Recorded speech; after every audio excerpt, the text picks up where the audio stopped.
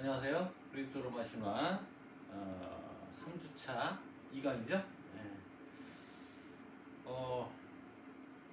지난 시간에 이제 우라노스가 성기가 제거됐다 얘기했죠. 그리고 이제 신적인 존재이기 때문에 그 신적인 존재의 피나 체 이런 것들은 늘 새로운 존재를 낳게 됩니다. 그래서 우라노스의 생식기 그리고 그 피로부터 이제 새로운 존재들이 나오는데 가이아가 일단 우라노스의 성기가 잘리면 그 피가 어디 떨어졌겠어요? 땅에 떨어졌겠죠. 그 땅에 떨어진 핏방울에서 생겨난 가이아가 받았다. 복수의 여신들. 뭐 그렇죠.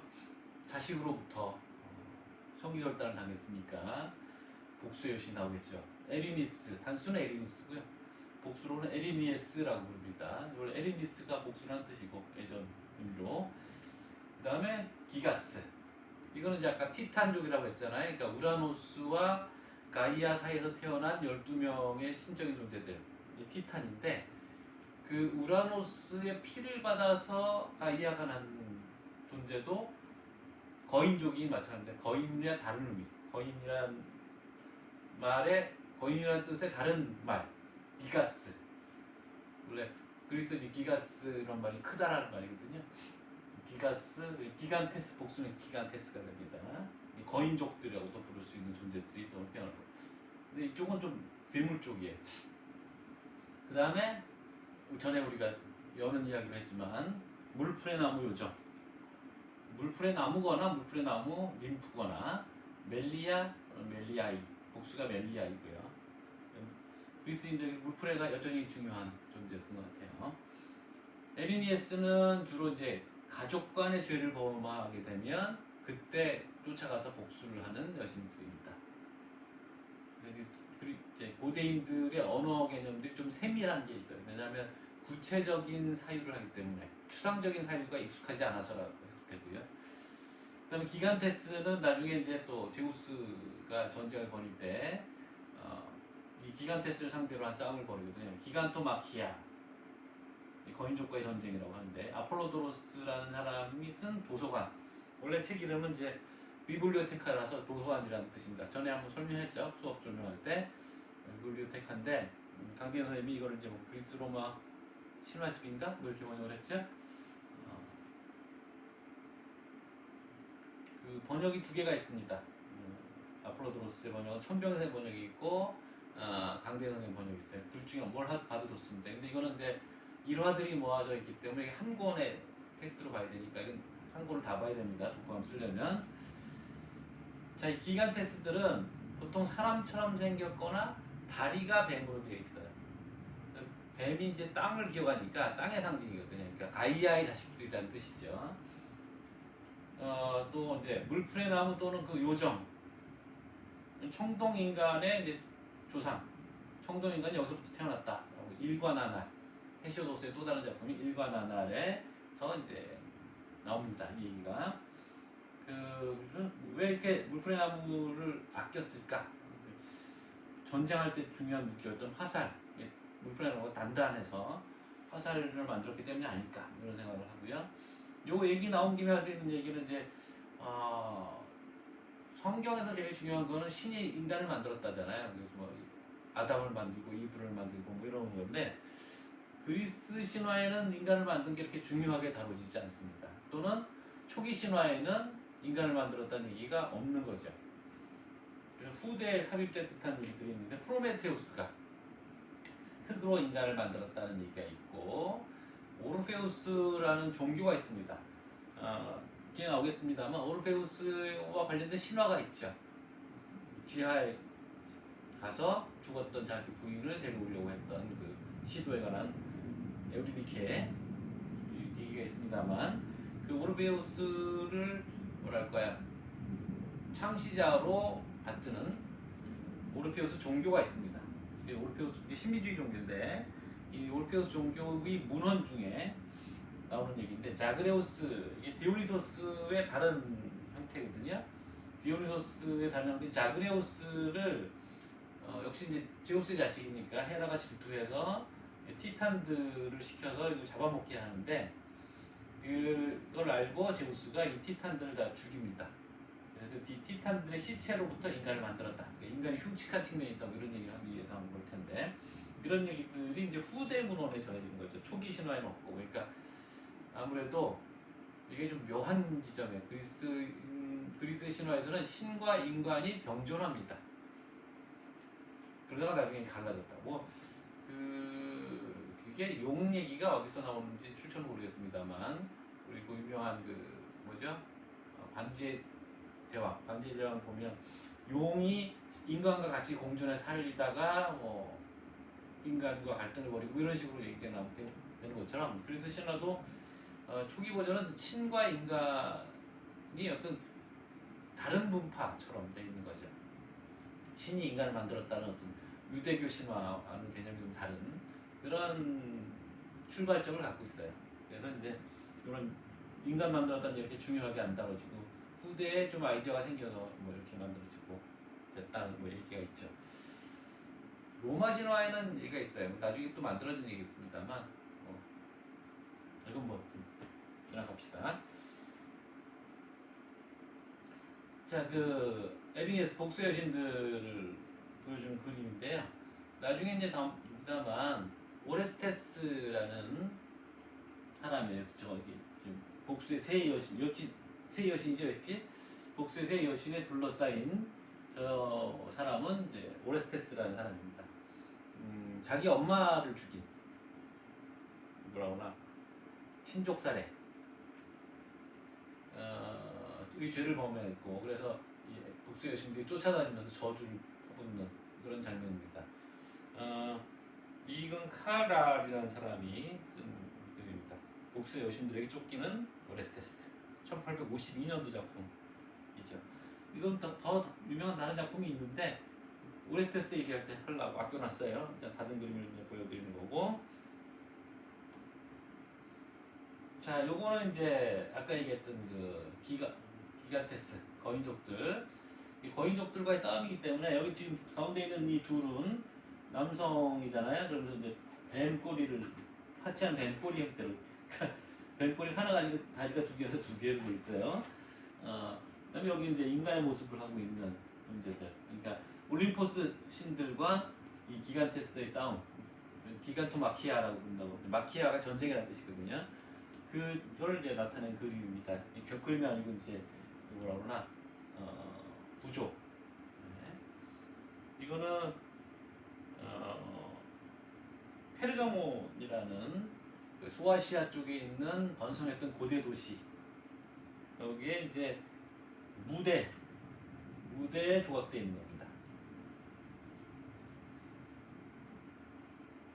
그러니까 이거는 이제 헬레니즘 시대인데 헬레니즘 시대가 뭔지는 또 우리가 답이 여기 뱀도 하나 같이 있고요. 이게 다리 끝이 지금 뱀머리로 되어 있군요.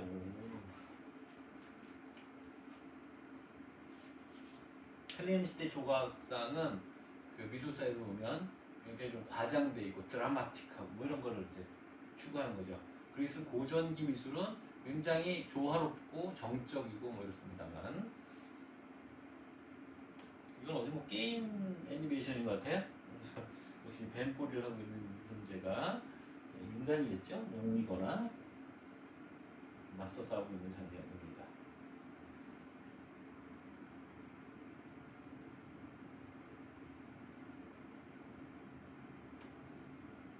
자, 이거 물풀의 나무. 그때 우리 북구신화 얘기할 때 얘기했던 남자와 여자를 물풀의 나무와 또 하나 뭐였죠? 다른 나무로 만들었다. 그림을 가져왔고요. 자, 그 다음에 어떤 의미에서는 그 우라노스의 성기로부터 태어난 존재 중에 가장 중요한 존재 아프로디테, 아름다움의 여신 아프로디테의 탄생입니다. 바다에 이게 이제 우라노스의 성기를 잘라서 던져버렸던 이게 바다에 떨어진 거예요. 그래서 그 떨어진 바다에서 거품이 일고 거기서 여신이 태어났다. 에로티카 좋은가? 아프로디테는 이제 에로틱한 신이니까 뒤에 배경 그림으로 나오고 나중에 다시 또 아프로디테 얘기를 따로 하니까 그걸 위해서 아껴놨습니다. 보티첼리라고 하는 이탈리아 화가의 뭐 걸작이죠. 이거 뭐 워낙 유명한 그림입니다. 아프로디테가 조개를 타고 지금 이게 조개가 성기를 여성의 성기를 상징하기도 하는데 그런 의미도 있겠죠. 굉장히 우아한 그림, 중요한 무슨 뭐랄까 만화, 순정 만화 그림체, 청초한 얼굴도 그렇고 그렇죠. 이 바람의 신이 태어난 여신을 퀴프로스로 바람이 불어서 보낸 거예요. 그래서 퀴프로스의 당도한 모습입니다. 이건 나중에 다시 설명하고 자, 그 거품이라고 해서 거품이 아프로스라는 말입니다. 아프로스 그리스어로 그러니까 아프로스와 아프로디테가 발음이 연결이 됐죠. 그래서 그 거품 얘기가 그래서 연결이 되는 것 같고 뒤에 나옵니다만 원래 이제 퀴프로스 근처에서 태어났다고 돼 있는데 이게 이제 물결을 타고 퀴테라로 갔다가 다시 퀴프로스로 돌아갔다 뭐 이런 식으로 헤시오도스의 책에 나온 거죠. 이게 이제 왜냐하면 이 아프로디테도 이 아프로디테로 형성화되기 이전에 이미 종교로서 그리스 신화에 우리가 또 한 측면을 좀 잘 안 드러난 측면인데 그리스 종교라는 게 있지만 그리스 신화가 어떤 종교의 경전을 갖고 이루고 있는 건 아니거든요. 이야기로서 돌아다니는 거죠. 그래서 이제 종교적인 색깔이 좀 많이 탈색되어 있긴 하지만 그 신화의 배후에는 종교 숭배가 있습니다. 그래서 이제 이 퀴테라라는 것도 그렇고 퀴프로스도 그렇고 원래 아프로디테의 숭배지였던 것이죠. 그래서 이제 이 신화가 생겨나는 과정에서 이런 숭배지들을 존중해주고 표시해주는 의미에서 이런 식의 이제 뭐랄까 헤시오도스에게 좀 첨삭을 했을 수도 있고 그래서 이제 퀴테라와 퀴프로스를 둘 다 건드려주는 그래서 이제 그 아프로디테의 다른 이름이 퀴테레이아 또는 퀴프리아입니다. 퀴프로스 지금 퀴프로스 하면 잘 못 알아듣죠. 사이프러스라고 부르죠. 오늘날 영어식 발음으로 하면 사이프러스 유명한 휴양지죠. 이건 터키 쪽이죠. 사이프러스가 아마 그리스인가? 그리스인 것 같다. 자, 그 밑에 보면 아프로디테가 이제 거품이란 말에서 왔다고 했고 또 아프로디테의 어떤 뭘까 그 그리스 신화에 나오는 특히 이제 호메로스 작품들 일리아스나 오디세이아 뭐 헤시오도스도 마찬가지입니다만 그 사람이나 신들에게 앞에 이제 어떤 별칭 같은 걸 붙여줘요. 에피테트라고 부르는데 이게 이제 시인들이 암송하기 좋게 뭐 표시 같은 걸 넣어주는 거죠. 그러니까 그래서 웃음을 좋아하는 이라는 뜻이 잘 붙어있는 에피테트로 웃음을 좋아하는 웃음이 해픈 이런 건 좀 다 성적인 의미가 되잖아요. 필로메이데스라는 뜻인데 이게 발음이 남근을 좋아하는 필로메데스라는 말과 거의 비슷한 거죠. 그래서 아마 이제 그래서 이 뜻에 웃음을 좋아한다는 뜻에서 성기를 좋아한다는 뜻이 되니까 거기서 성기에서 태어났다 뭐 이런 얘기가 이렇게 붙은 게 아니라 나중에 이런 추측을 해볼 수 있는 거고요. 그다음 퀴 뭐 이런 거는 이제 임신하다라는 뜻입니다. 사랑의 여신이기도 하죠. 사실은 에로스가 나중에 더 붙긴 합니다만 그래서 이제 퀴테라랑 연결된 게 아니냐 뭐 이런 얘기도 같이 있는 겁니다. 퀴프로스 선입니다. 아름다운 바다 색깔이 아름답죠. 그래서 아까 이제 보여줬던 것처럼 여기 유명한 곳이 많이 나오는데 에페소스 이거는 이제 헤라클레이토스라고 하는 철학자가 태어난 곳이고 이 사모스 섬 이거는 이제 피타고라스 학파 태어난 곳이 천왕객입니다만 이거는 델로스 섬이 있죠. 이 델로스는 아폴론과 아르테미스가 태어난 섬입니다. 지금도 아폴론의 성지예요. 나중에 보여드릴 수 있어요. 여기가 아까 얘기했던 퀴테라 이게 이제 펠로폰네소스 반도라고 그랬죠. 스파르타, 아르고스, 코린토스 여기 있는 곳이고 그 밑에 발치에 퀴테라 섬이 여기 있네요. 그리고 로도스 섬이라고 일본 애니메이션 좋아하는 섬 로도스 도전기 이런 거 아시죠? 내용 보아서 뭔지 모릅니다만 디테일해서 한번 보여줘. 키프로스는 저쪽 밑에 있을 거예요. 도도나라는 곳은 제우스의 신전이 있는 곳이에요. 근데 그것도 이제 신탁이 유명해서 참나무가 바람에 흔들리는 소리를 듣고 신탁을 내렸다는 곳이고, 유명한 올림포스산, 제우스 12신이 산다는 곳 지역이 됩니다. 다시 보시면 여기 있죠. 퀴프로스가 여기 있어요.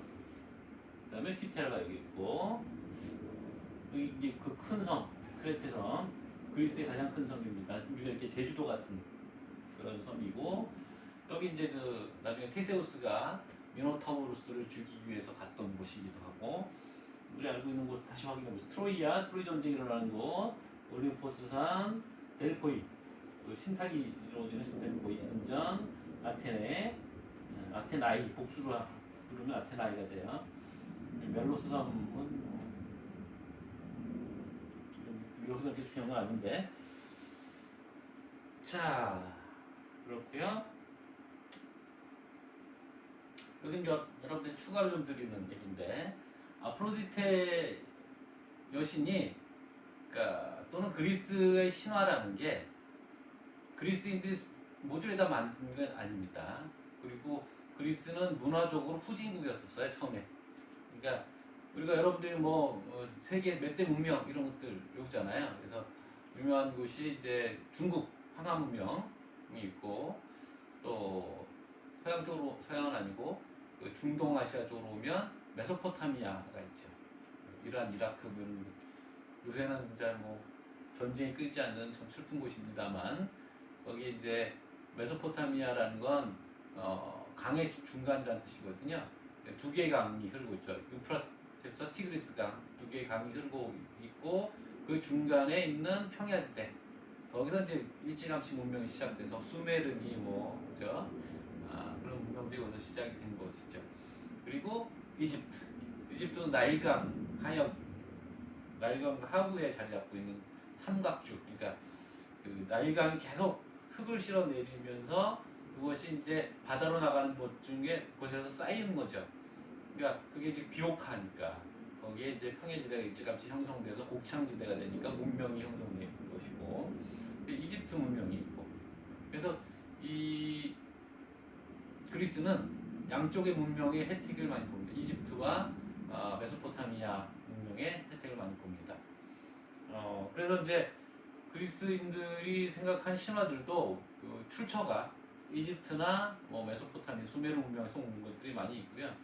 그거를 이제 대서특필해서 책으로 쓴 게 이제 블랙 아테네라는 책인데, 그러니까 서양 사람들이 그리스를 떠받들지만 사실은 그리스는 이런저런 나라에서 아이디어를 훔쳐왔다, 이런 식으로 좀 자극적으로 쓴 책인데, 이게 몇 년 전에 상당히 좀 베스트셀러가 된 적도 있었죠. 그 얘기인데, 그래서 아프로디테, 아스타르테 또는 아스타롯, 그것이 이제 변형돼서 아프로디테가 됐다. 이름도 좀 비슷한 데가 있죠. 그래서 고대 근동 지역, 그러니까 이제 그 메소포타미아 쪽 여신인데, 청동기 시대를 거쳐서 고전기까지 숭배가 됐던, 이미 이제 신화라는 게 청동기, 왜 그 만년 전 구석기 시대에도 풍요의 여신 상들 이런 것들이 나타나거든요. 그러니까 이미 신화, 인간들이 이제 장례 지내고 이런 걸 할 때부터 이미 신화들이 형성되는 거죠. 레반트 지역, 여기가 어딘지는 이따 좀 보여드리겠습니다만, 쉽게 말하면 이스라엘 쪽이라고 생각하면 되고, 거기서 숭배됐고, 이집트에도 수입돼서 있었고, 메소포타미아 지역에서도 숭배됐던 그런 이 아스타르테 또는 아스타로스의 변형 형태다. 그래서 이 여신들은 풍요나 성, 그리고 전쟁도 관련되고, 상징으로는 사자, 말, 스핑크스, 비둘기, 금성이 비너스잖아요. 베누스. 그러니까 그 로마로 가면 이제 별자리와 연결이 되는 것들이 많이 생기고, 금성이 이제 샛별이잖아요. 새벽에 나오는 거죠. 그래서 사실 천문학 이런 것도 그리스에서 이론적으로 완성이 되지만, 그 출처는 시작은 바빌로니아, 아까 얘기했던 메소포타미아 지역입니다. 바빌로니아 왕국 거기서부터 이제 온 거거든요. 천문학을 배워오면서 별자리와 관련된 신화들도 같이 수입이 되는 거죠. 그래서 이제 이런 별자리의 상징 여성 신성들 뭐 이런 것들 같이 오는 거고, 그래서 이 아스타르테 또는 아스타롯 이 여성신 또 숭배 지역이 이제 퀴프로스를 거쳐서 퀴테라로 건져 나갔다는 거죠. 그래서 아까 얘기했던 퀴테라로 먼저 갔다, 그러니까 퀴프로스 쪽에서 태어났는데 퀴테라로 갔다가 다시 퀴프로스로 오는 방식으로 육지에 당도하는 그 경로를 보여주게 되는 것도 이런 이제 기원과 관련된 얘기라는 것이고요. 자, 이게 바로 이제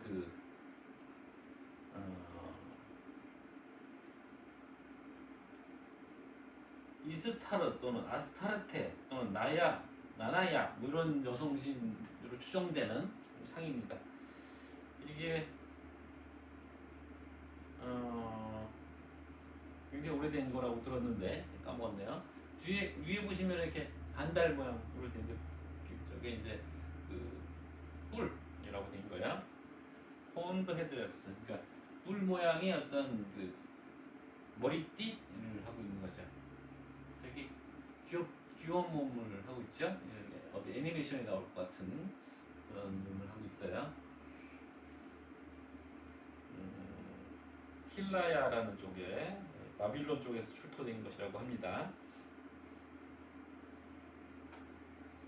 아까 얘기했던 그 지역인데 이거는 뭐 넓은 지역을 좀 보여준 거고요. 그냥 뭐 지나가겠습니다. 여기 레바논이라는 곳 아시죠? 레바논, 이스라엘, 여기 요르단, 시리아, 여기 노란 지역, 여기 키프로스까지, 이 노란 지역이 레반트 지역이라고, 레반트 있죠? 여기 이라크 있고, 사우디아라비아 있고, 이집트 있고,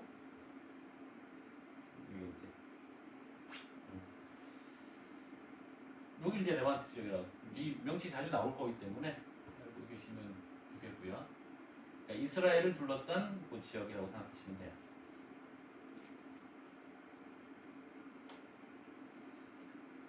자, 그 다음에 아프로디테와 에로스 얘기를 좀 해봅시다. 처음에 이제 태초에 카오스로부터 가이아와 에로스가 나왔다고 했잖아요. 그때 그 에로스는 아주 원초적인 신성이고 그 신성은 결합에 올리다라고 했잖아요. 뭐 거기 보면 사지를 늘어나게 하는 에로스 뭐 이런 식으로 이제 헤시오도스의 노래를 하거든요. 뭐 사랑에 빠지면 그렇잖아요. 몽롱하고 뭔가 세상일 같지 않고. 자, 근데 이제 아프로디테가 태어났단 말이에요. 아프로디테는 아름다움의 여신이 하지만 당연히 그 여성적인 아름다움과 에로스는 같이 연결이 되는 거죠. 더군다나 성기에서 태어났고 성적인 의미를 굉장히 강하게 갖고 있잖아요. 그 둘이 역할이 겹치는 겁니다. 그래서 이제 어떤 얘기는 헤시오도스의 얘기는 아프로디테가 태어날 때 에로스가 곁에 있다가 신들에게 갈 때 동행했다라는 구절이 나옵니다. 그러니까 태초에 나왔던 그 에로스인지 좀 애매한 게 다뤄져 있는 거죠. 그러다가 이제 나중에 날개 달린 어린 에로스 개념이 나중에 나옵니다. 큐피드. 라틴어로 큐피드라는 개념이 이제 나오는데 사실은 에로스가 곁에 있다가 동의했다 뭐 이런 거니까 신들에게 올림포스 12신과 합류하는 거예요. 그러니까 사실은 우라노스로부터 태어났기 때문에 크로노스와 학렬이 같은 건데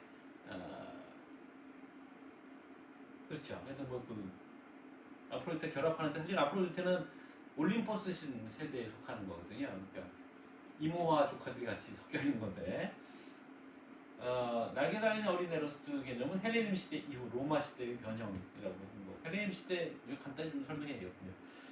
자, 그리스 역사 간단하게 말씀드리면 전에 헤시오도스 얘기를 잠깐 했죠.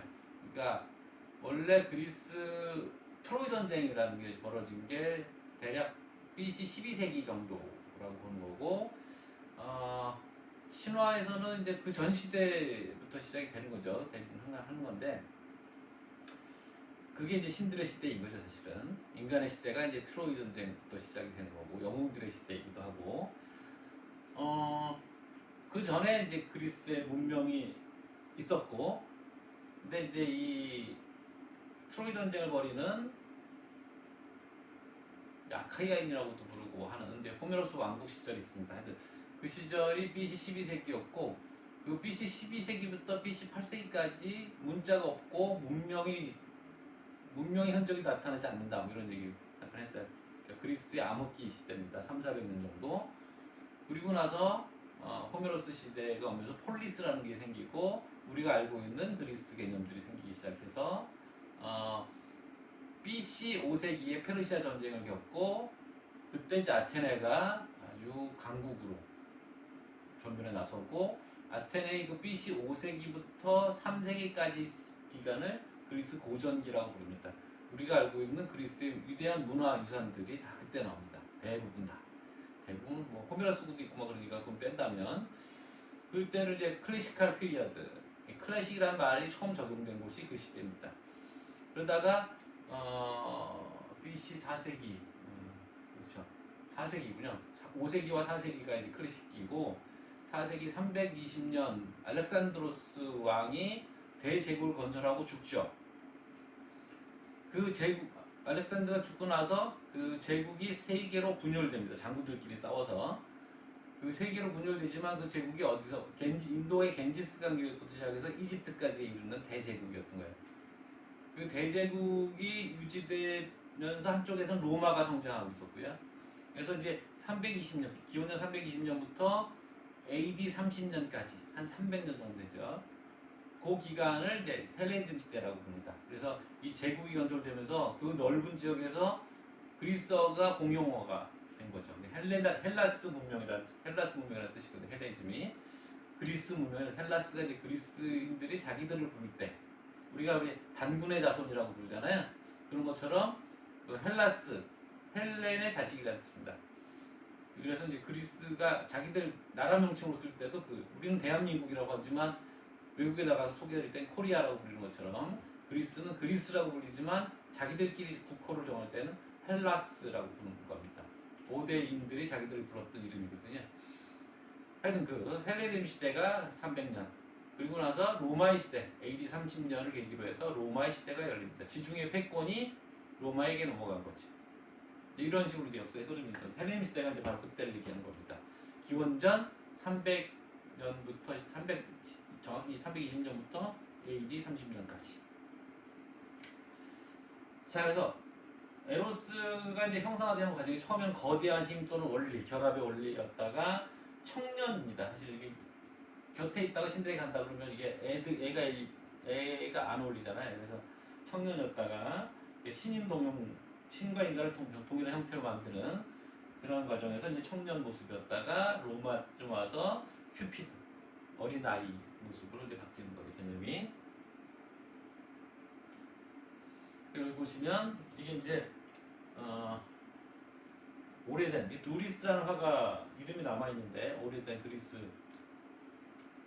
화병이에요. 화병 보이시죠? 이제 에로스에 이게 굉장히 건장한 청년, 이거 뒤에 나귀가 달려 있고, 아탈란테 옆에 있는 좀 잘 안 보이는데 여자인데, 아탈란테라는 그리스의 신화에 나오는 또 여자 영웅이죠. 그래서 아탈란테를 추격하는 또는 재촉하는 에로스, 이렇게 되어 있어요. 이게 이제 화병이 옛날 화병이라서 그림이 좀 망실된 거죠. 그래서 좀 복원했는데, 여기 보시면 꽃 모양으로 되어 있죠. 근데 처음에 원래는 이게 나중에 알고 보니까 채찍이었다는, 채찍. 에로스 생각하니까 이제 꽃이라고 생각했던 건데, 채찍으로 아탈란테를 지금 족치고 있는 겁니다. 왜 아탈란테가 왜 족침을 당하고 있냐면, 아탈란테는 아름다운 여인인데 남자들을 싫어해요. 그래서 결혼하지 않으려고 하니까 에로스가 사랑에 빠질 것을 대촉하는 그런 장면이라는 겁니다. 그 다음에 이게 청년의 모습이죠. 이거는 아까 나왔던 화병은 기원전 한 500년, 그러니까 6세기에서 5세기 사이의 것이고, 두리스라는 화가가 그린 것으로 돼 있고, 그 다음에 이거는 알렉산드로 알로리의 작품입니다.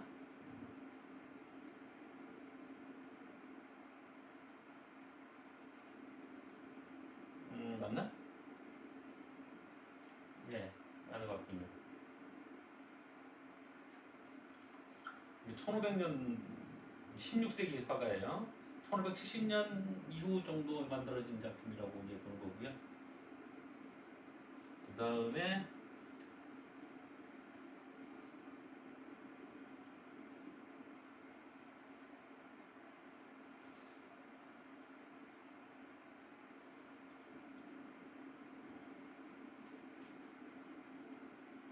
이거는 오래된 조각인데 기원전 100년? 그러니까 1세기경 만들어질 거라고 본 건데 아프로디테가 있고 이건 이제 판입니다. 판신. 하반신이 양처럼 되어 있는 한신 뿔도 달려 있죠. 그리고 에로스가 중간에 있고 슬리퍼를 들고 있고요. 머리띠를 하고 있죠. 아테네 국립박물관에 있다는 건데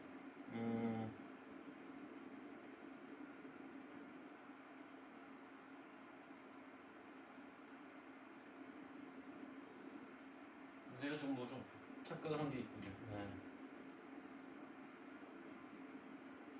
요거 아닌데.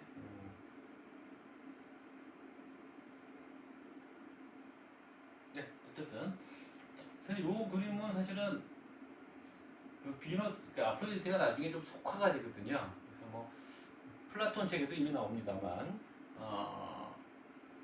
뭐 뭐랄까 천박한 대중적인 아프로디테와 뭐 하늘의 아프로디테 뭐 이런 식으로 이제 나오는데 나중에 이제 아프로디테가 그 창부들, 창녀들의 표상처럼 돼 있고 사실 복장 자체가 이 창녀 포르네라고 해 포르네 창녀의 모습 판지 희롱하고 있는 그런 모습을 형상화된 겁니다. 이거 이제 좀 에로틱한 작품이죠. 이것도 사실 좀 문제가 있는 장면이죠. 왜냐하면 그리스 신화 안에서는 이제 이게 모자지간으로 설정이 되어 있는데 엄마를 보는 눈빛이 아니에요. 사실 이게 좀 사연이 좀 있는 그림인데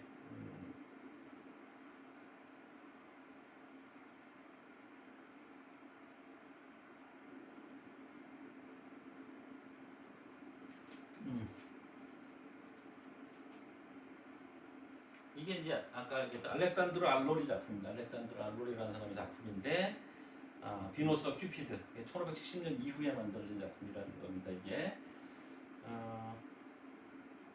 요 그림을 보여주는 이유는 사실은 요 그림하고 관련되어 있기 때문이거든요. 굉장히 문제자입니다.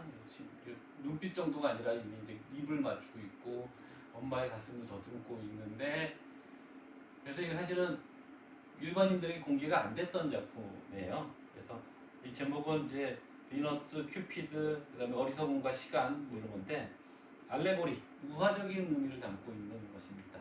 근데 이게 이제 신화상 근친상 간의 모티브가 있고 그걸 너무 형상화를 해놨기 때문에 그리고 옛날의 그림들은 그 일반인들에게 보여주는 게 아니라 귀족들이 사서 자기들 집에다 갖다 놓고 있는 그림이어서 이거는 이제 아는 사람들끼리만 통용되던 그 당시에는 그런 그림이었다고 합니다. 여기 뭐 굉장히 많은 숨은 뜻이 있어서 오늘도 오늘날에도 해석을 두고 논란을 벌이는 거고 이 시인 자체는 이거 그림을 그린 사람은 브론치노라는 사람인데 1545년 플로렌스의 화가이면서 시인이면서 뭐 이런 인물이라서 여기다 많은 상징들을 집어넣은 거죠. 이게 뭐 에로스의 헛됨 이런 것들을 이제 사랑의 헛됨 이런 걸 보여줬다고 해석이 다 분분합니다. 근데 뭐랄까요 자극적이기도 하고 그러면서 고개를 갸우뚱하기도 하고 뭐 그런 의미에서 좀 더 뭐랄까 우리 많이 생각하게 하는 그런 의미에서 여러분들 소개하고 싶어서 그린 겁니다. 근데 이제 이게 1545년도 그림이고 요 사람의 그림에 영향을 받은 게 아까 그 그림입니다. 알로리의 그림. 그래서 이제 그 한 모티브를 좀 보여주는 그림인 거죠.